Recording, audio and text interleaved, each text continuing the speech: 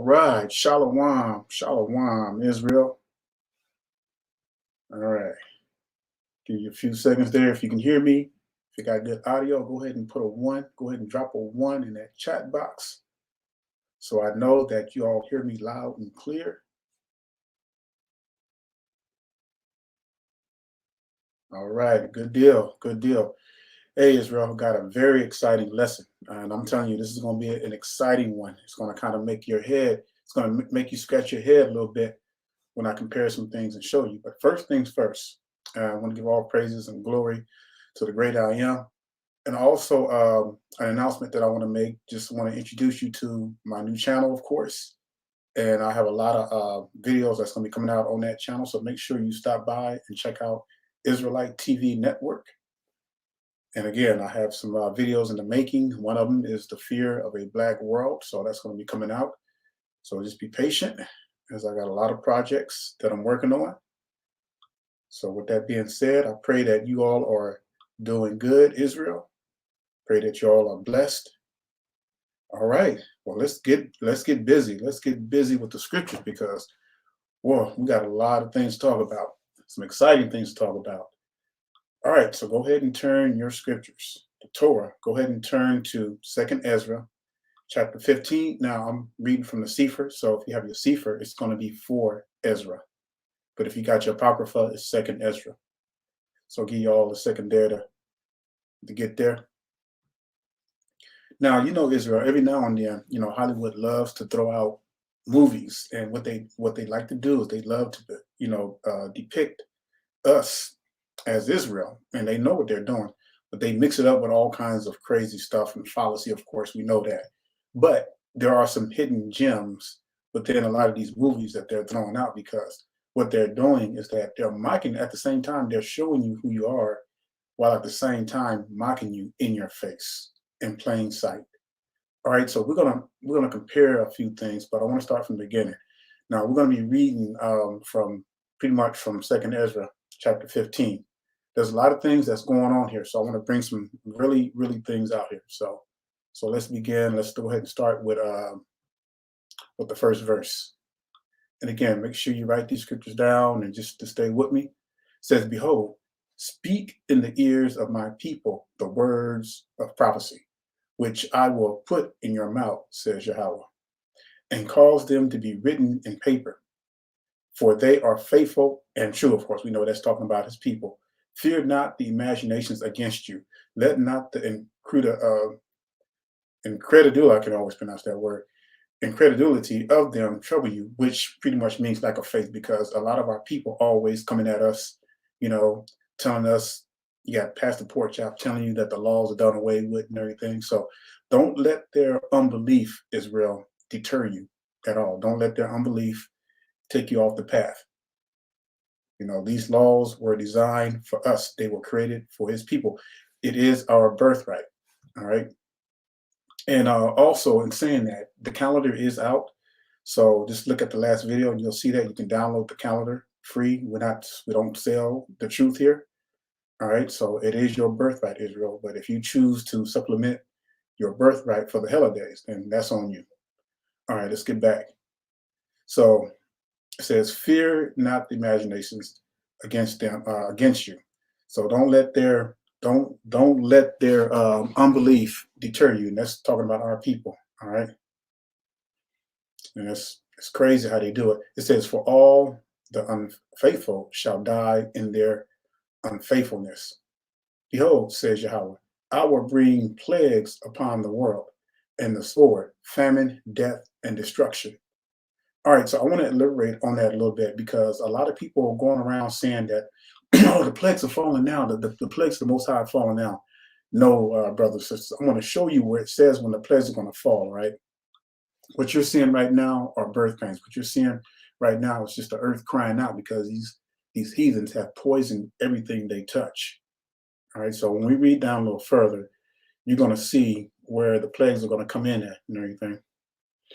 All right, so it says, behold, says Yahweh, I will bring plagues upon the world, the sword, famine, death, and destruction. For wickedness has exceedingly polluted the whole earth. Well, who has polluted the whole earth? The scripture says in Job 9:24, the world is given into the hands of the wicked. So when the wicked are in charge, they're going to destroy everything. And this is what we're suffering from. But we gave up that by worshiping other idols, by turning to the other nations. So, it's our fault. Our forefathers, screwed that mess up. So the Most High was like, okay, you know what? I'm going to give you into the hands of your enemies, and they're going to take control of everything. And they're not going to share the power with you either. All right, it says, and their hurtful works are fulfilled. Therefore says Yahweh. All right, now I want you to really pay attention to this one right here. It says, I will hold my tongue no more as touching their wickedness. So in other words, it's going to come to a time, Israel, where the Most High is going to get fed up with everything. And he is going to deliver his people. It says, which they profoundly commit, neither will I suffer them in those things which they wickedly exercise themselves. Behold, the innocent and righteous blood cries unto me. All right. Here's another clue that we need to really pay attention to. The righteous blood cries unto me, and the souls of the just complain continually. Now, Israel, we're not crying out right now. And I'm going to prove that to you from the scriptures. We are not crying out because the Most High says that when we truly cry out, he's going to deliver us. But let me give you a precept to back that up. All right, let's go to Jubilees. Let's go to Jubilees chapter 1. And let's go down to verse 14. And it says, and I will hide my face from them, and I will deliver them into the hand of the other nations for captivity and for prey and for devouring. And I will remove them from the midst of the land, and I will scatter them among the other nations, which this is real time, Israel, because we are scattered amongst the other nations. And it says, and they will forget what? They will forget all my Torah. Are we not living in that time now? And all my commandments and all my judgments, and will go astray as to the new moons. Why? Because all the camps and everybody else are going off the new moons, which throws the feast days off, putting them on a unholy day. So they're having feasts on unholy days. It says, and Shabbats and feast and jubilees and ordinances. All right, verse 16. And after this, they will turn. Remember, it says, and after this. So that means that we have to get to a point where it's going to get so bad for Israel that we're gonna start crying out. Because you can't say that our people are crying out right now. They're not, because our people are too caught up in the entertainment business.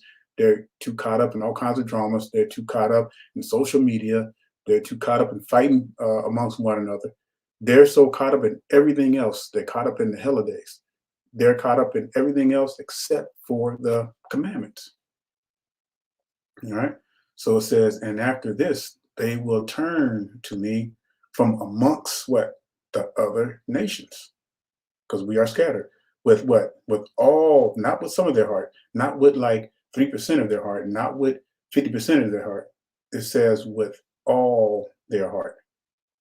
So that in order to do that with all your heart, Israel, that means that you have to literally, you literally have to surrender, like completely surrender and just give up your wickedness and cry out to the Most High. But that's going to require some stuff, because that's going to require some persecution. This is with all their heart and with all their soul and with all their strength. And I will gather them from amongst all the other nations, and they will seek me, so that I shall be found of them when they seek me with all their heart and with all their soul. That's the key, Israel. So now let's go back to 2nd Ezra, so I can tie in some things and show you what's going to take place. All right.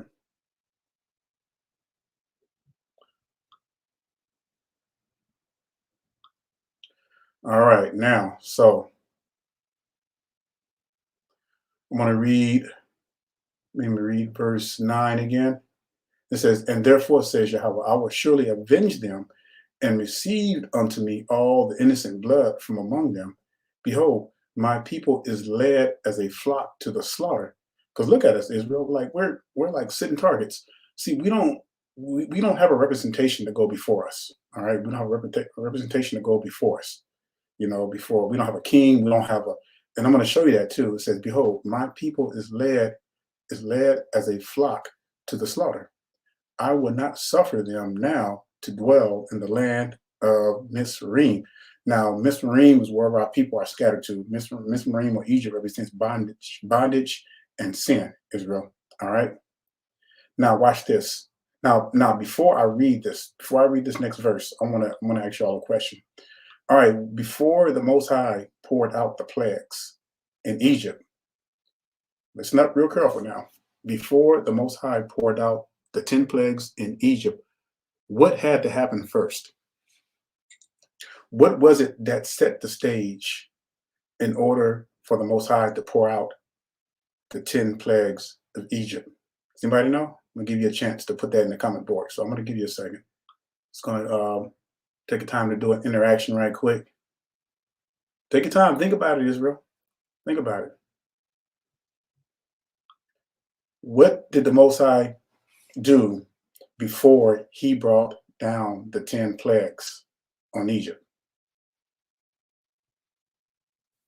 Who knows? It's very important to notice because the same thing is going to happen again. All right. Was it Pharaoh's hardened heart? Okay, that's one of them, but that's not the one I'm looking for. All right. Let me give it to you right quick. So let me read some more. It says, warn his people. All right. Nope. None of those are it, because Pharaoh didn't want to let the people go anyway. It wasn't that fact, but it was the fact. Let me tell you what it was. All right. The thing that the Most High had to do before he poured out the plagues is that he sent a representative to Pharaoh. Who was that representative? That was Moshe and Aaron. Think about it, y'all. Think about it. So the Most High works in the same manner. Now, before he pours out his plagues and before he delivers us, there's going to have to be a representation that's going to go before us. And see, this is where the two witnesses come in at. You got to understand how the Most High works. He works in decently and order. He always repeats the same thing. The only difference between us now being scattered and the children of Israel in captivity in Egypt is that they were all in one place in Goshen, but we're scattered to the four corners. So what does that mean? So that means that the Most High is not going to just pour his plagues out all of a sudden, while we're scattered. He's going to deliver us first, according to what the scriptures are saying, Israel. I want you to make sure that you understand that completely. The Most High always, before this great event happens, the Most High sent Moses and Aaron as a representative to give Pharaoh a warning. And it wasn't until after Pharaoh hardened his heart until the Most High poured those plagues out on started what he did during that time, the process and everything. It happened during the hardening of his heart. But before any of the plagues came down, even before the first one, the Most High sent a representative to Pharaoh. All right, so same thing is going to happen in our day. So now let's go back. Oh, let me show you something else too, because I'm going to show you that even in our time, we're going to live without so many things, So let's go to Hosea. Let's go to Hosea 3:4 right quick. Just bear with me, Israel, because like I said, I got a lot to cover. So I want to make sure I cover this in the order that I plan. All right, so check this out. Hosea 3, because right now, like I said earlier, we don't have a representative. We don't have a nation. We don't have a king. We don't have a financial institution, And so therefore, we're kind of like sitting ducks right now, Israel. And that's just the fact. It's because of our wickedness. So Hosea 3:4 says, "For the children of Yasharel shall abide many days." Now, remember, a day, 1,000 years is a day to the Most High. So we're talking about thousands of years here, Israel. "For the children of Yasharel shall abide many days without a what? Without a king." When was the last time we had a king? Think about it. "And without a prince, and without a sacrifice, and without an image." Image, get it? Image, because Imagery is important, Israel. That was taken away from us. All right. And it says, and without an ephod, the priestly garments. All right, the priestly garments, our fringes, what represents our heritage, our shemags, everything that sets us apart as a peculiar people. All right, we don't have that. Our people aren't going around wearing fringes and without a teraphim. Now, the heathens will consider this as idol worship or idols, but in this case, it's referring to the items of the sanctuary, like the golden candles, the 7 golden candlesticks, table of showbread, you know, um, all that, and outer court instruments. So we don't have that anymore. We don't have that. So we're left without nothing right now. But that's just for right now, Israel. And again, but let me show you something else. Let me just take this a little further and show you how they took our images away, our image away. All right, so let's go to oh man, the verse just came to my head. Oh, okay, I know where it is. Let's go to Maccabees. Maccabees and Israel. I'm just freestyling this. I'm not, I never write anything down or anything like that. It's just from studying and studying Israel. That's why we have to rehearse these righteous acts and study these scriptures. Study these scriptures like like never before. All right. All right. So let's go to First Maccabees and let's go to 3 and let's jump down to verse 40. I'm sorry, Second Maccabees. First Maccabees. All right. 1 Maccabees chapter 3 and verse 48. All right. Give you a moment to turn there. All right.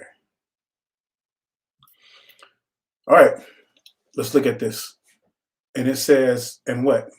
First Maccabees chapter 3 and verse 48 in the Sefer. And it says, and laid open the Sefer of the Torah, wherein the heathens had sought to paint the likeness of their what? Images. Likeness of their images. So when you see Hollywood, when they put out all these Bible movies, when they show you all these white Bible characters, all of them are white. All of them are white. They even paint the Egyptians white. So this goes to tell you that imagery is important. Color is important, Israel, because we are the chosen seed. All right. And that chosen seed happens to be the Negroes. I didn't write the scriptures. I didn't make that up. All right, verse 49. It says, they brought also the priest garments and the first fruits and the tithes and the Nazarites, and they stirred, and Nazarites they stirred up, who had accomplished their days. All right. So the heathens they snatched up everything, because remember when Judah, Levi, and and Benjamin were in Jerusalem, they were still under the control of the Roman Empire. So they wasn't really controlling Israel. They were still under the power of the Roman Empire. But even now, we don't have anything. All right. So now let's go back to Second Ezra.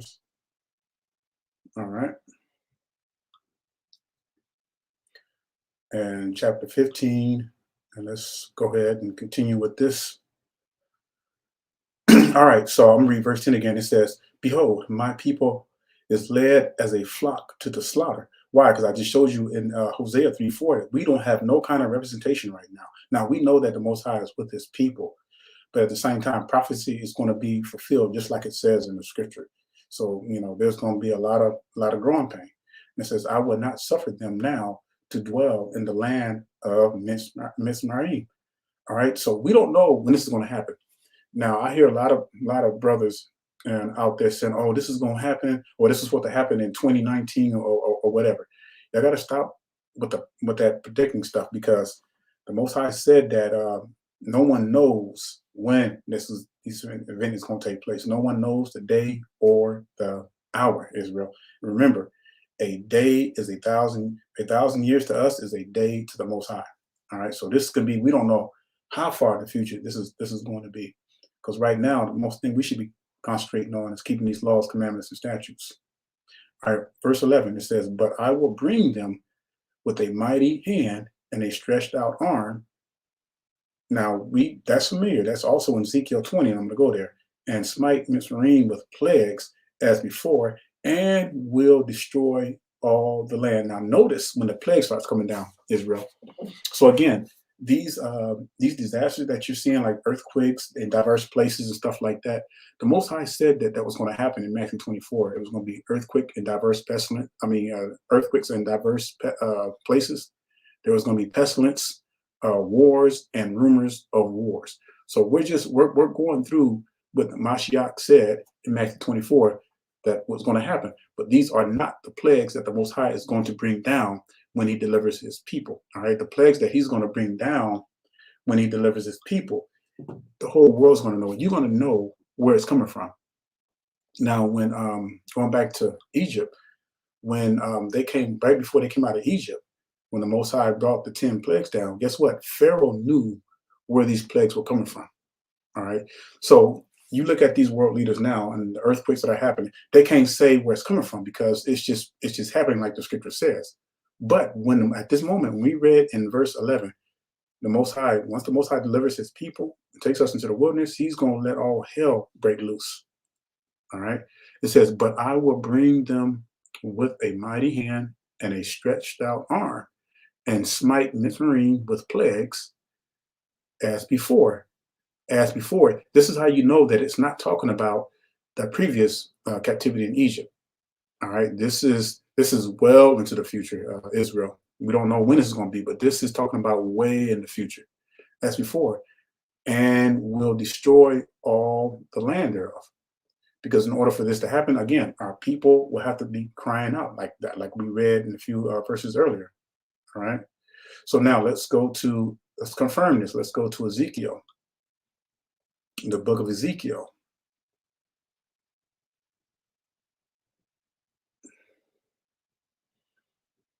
You know, the word of the Most High, Israel, is so profound. All right. And it does not come back void. It does not lie. All right. Ezekiel chapter 20. And let's look at start with verse 34. All right.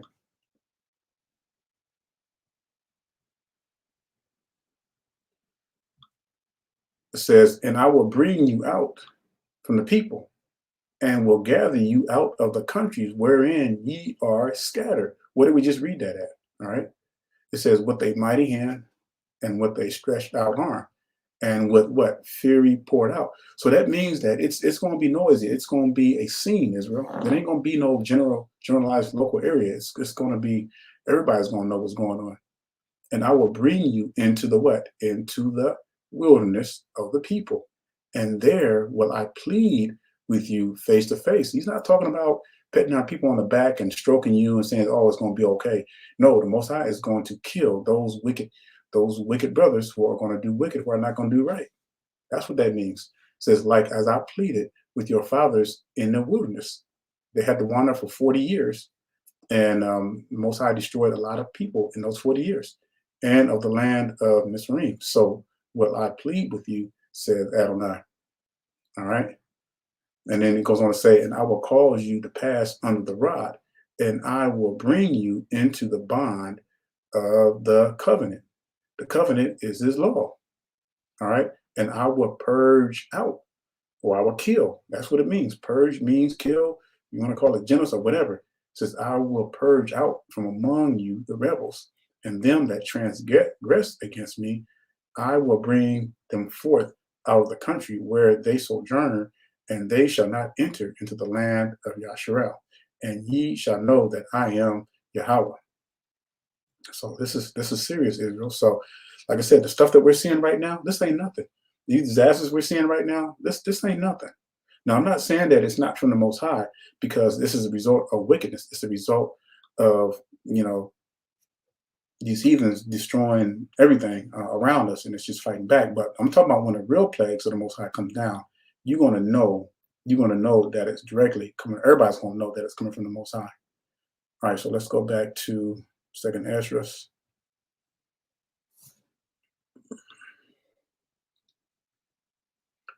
All right. Yeah, it's amazing, Israel. I mean, his word is amazing. All right. Now, verse 11. Now, let's look at verse 12. I'm going to read on down some more. It says, Mizraim shall mourn, and the foundation of it shall be smitten with the plagues and punishment that Elohim shall bring upon it.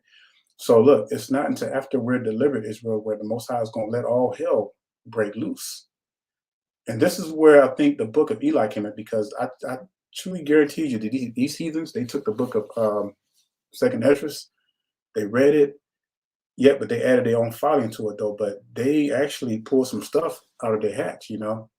It says, they that till the ground shall mourn, for their seeds shall fall through the blasting and hell, and with a fearful consolation. Woe to the world, and them that dwell therein. All right. For the sword and their destruction draws nigh.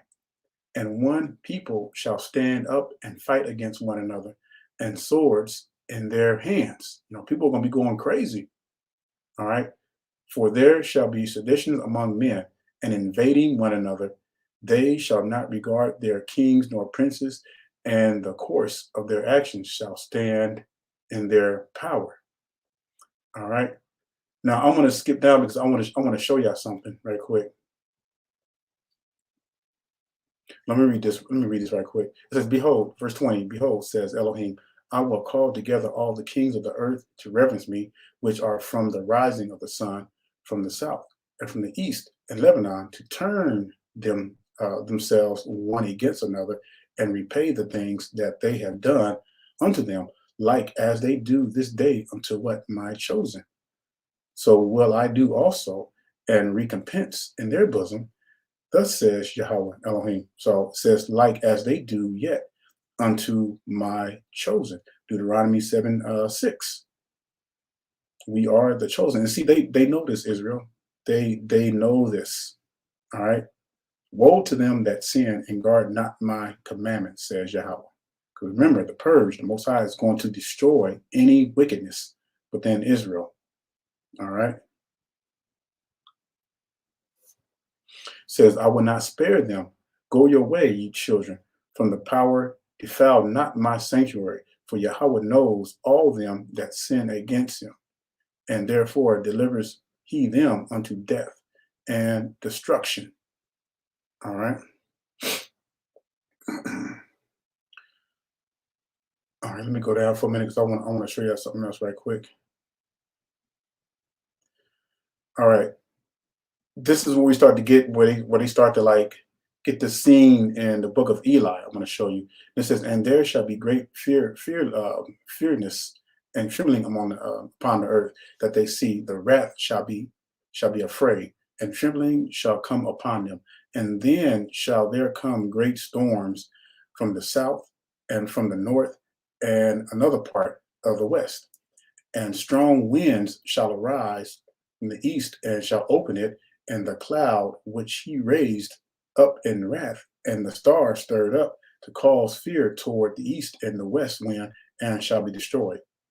And the great and mighty cloud shall be puffed up, full of wrath, and the star, that they may make all the earth afraid, and them that dwell therein, and they shall pour out every high and eminent place.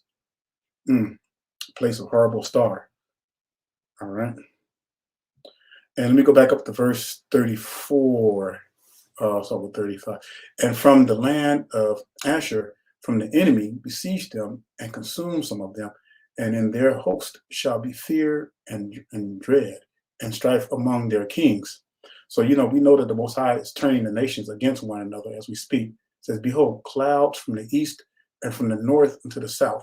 And they are very horrible to look upon, full of wrath and storm. Now, Israel, I know some people talk about nuclear weapons and all that kind of stuff. Ain't no nuclear bombs going to be falling while the people of the Most High are scattered. All right, because that's against the prophecy, because the Most High said that he's going to gather his people from the four corners. So that means if we were to right now have a nuclear holocaust, that would be totally against the scriptures, because the Most High said that he's going to deliver his people first. So he's not going to let that happen. All right. Now, that's not to say what's going to happen after his people are delivered. When it's delivered, because he's going to turn loose the nations, and it's going to be crazy. And it's going to be like that scene out of the book of Eli. Now, let me show y'all something right quick. Y'all remember some of the scenes? Y'all remember some of the destruction scenes? Y'all remember this one right here in the book of Eli? You know how they show like everything was like possibly like destroyed after a nuclear blast or whatever, and it was just destruction everywhere and everything. You know, this is they got this from Ezra. They got this from Ezra. If you watch the movie Israel, you'll see how they kind of like depicted that, but then they kind of just threw their own folly in there. And another thing I want to bring out is that y'all know how like you see Eli, he's reading the book, right? But whose hands is it in? It's in the Israelites' hand. Notice that the white man could not get a hold to that book, and Carnegie wanted to get a hold to that book. See, Hollywood, this is what Hollywood does, Israel. They would depict certain things in Hollywood, and they would take certain bits of the scriptures, and they would throw it in our faces and kind of mock us at it. But they know that we are the chosen people of the Most High, and they especially know that the black man is the priest. And once the Israelite man rises, all hell's going to break loose. And this is why they have weaponized the black woman against the man. Now, you may say, well, what about war against the woman? No, the war is not against the woman, Israel. The war is against the man.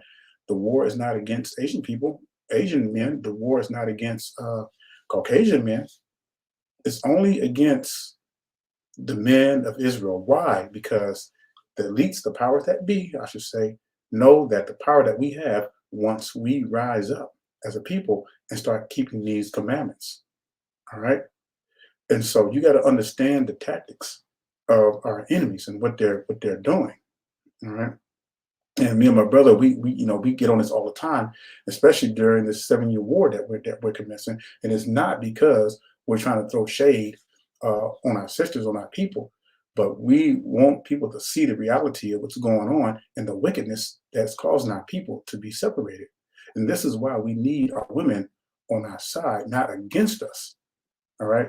And so the heathens, they spent so much time investing in weaponizing the black woman against the Israelite man so that the man could not rise. They spent all this money building prisons, creating laws so that would make it easy for our brothers to commit, the 3-strike laws, and you're out. They create these hoods, they create these environments for our people to live in, and they feed the welfare system because they know that many of our women are going to continue to breed these kids into these prison systems. See, Israel, we got to turn that around. This is why we're not going nowhere right now, Israel, because we're too messed up. We're too jacked up. All right.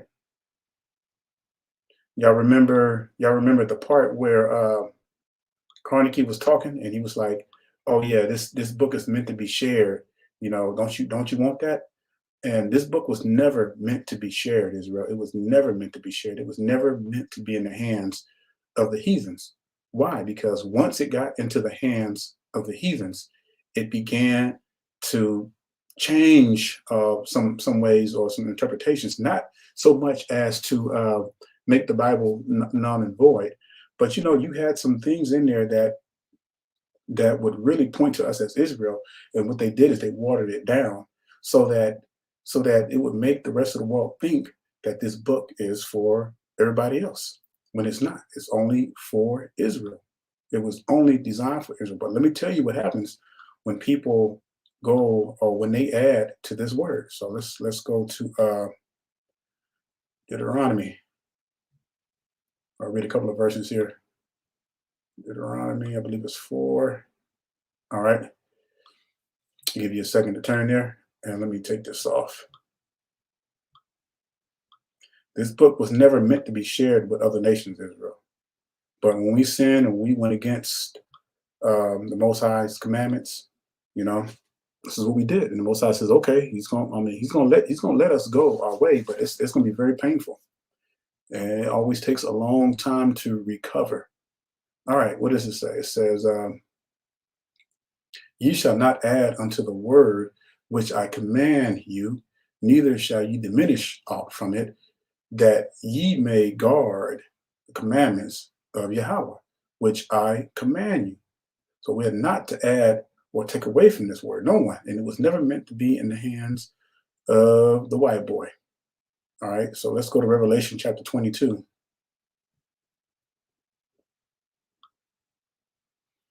All right, Revelation chapter 22.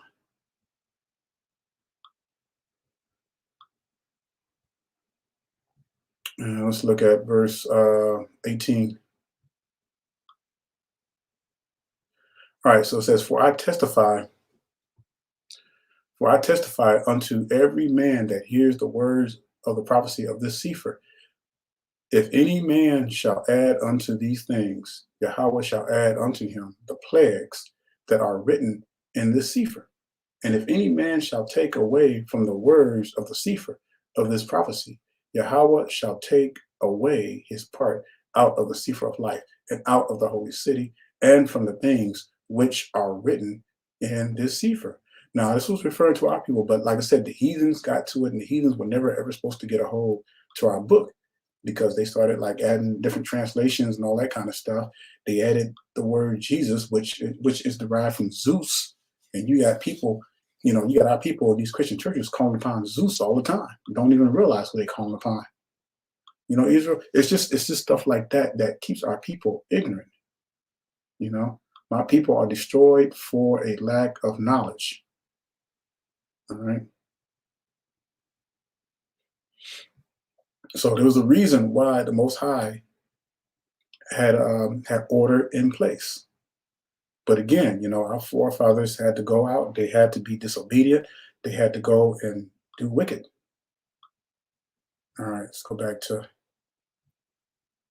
Second Ezra. So you can see how they kind of took the scriptures from Ezra, y'all, and just kind of made a movie out of it and everything. I mean, it's crazy, y'all. It's crazy how they did that, And this is what they do. They throw these little hints at us and they show you what's going to happen. But I just showed you in the scriptures that the Most High is going to deliver His people. He is going to deliver His people, and that's when all hell is going to break loose, Israel. That's when, and I want you, when you get a chance, just go back and just read the whole chapter. Read the whole chapter, because there's a lot in here, And I don't want to take away quite from the lessons, but there's a lot in here when you're looking at this. All right.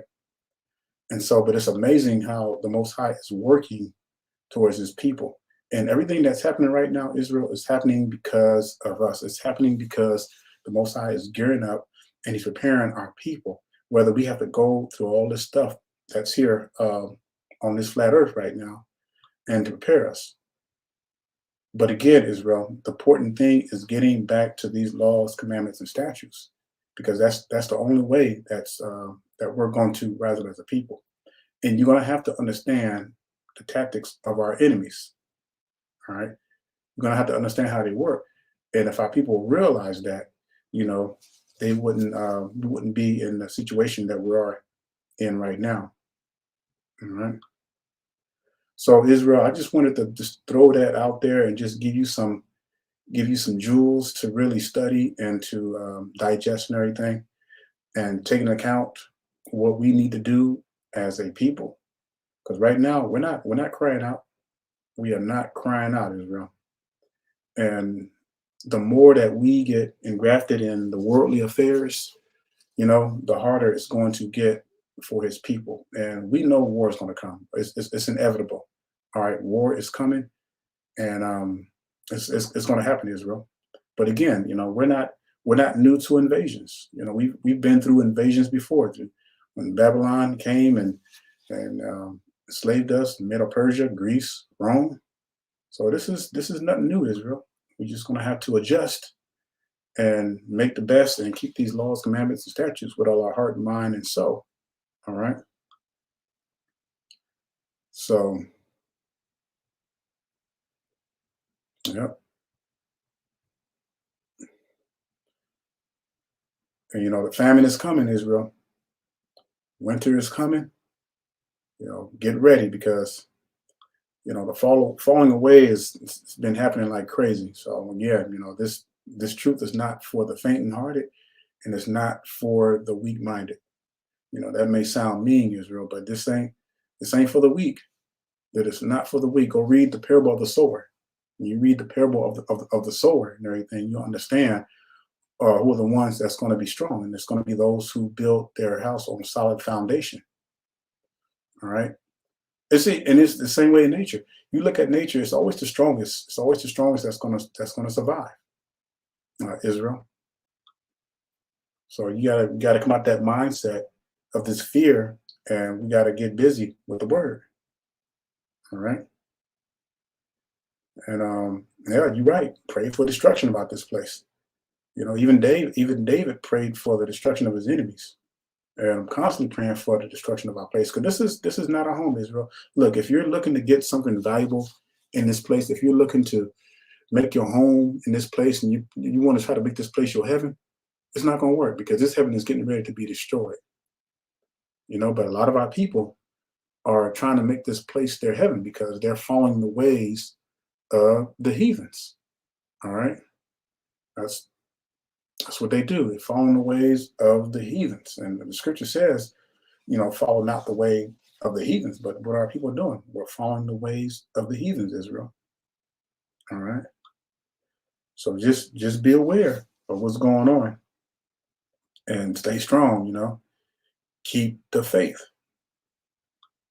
And you need to really hold your sisters accountable, and brothers, you need to hold your brothers accountable, especially the young ones coming out. You know, I see a lot of brothers out there who are getting the work in and who are holding the women and the brothers accountable. So, all praises to that. So, Israel, it was a blessing, and I pray that you all were edified in this short lesson.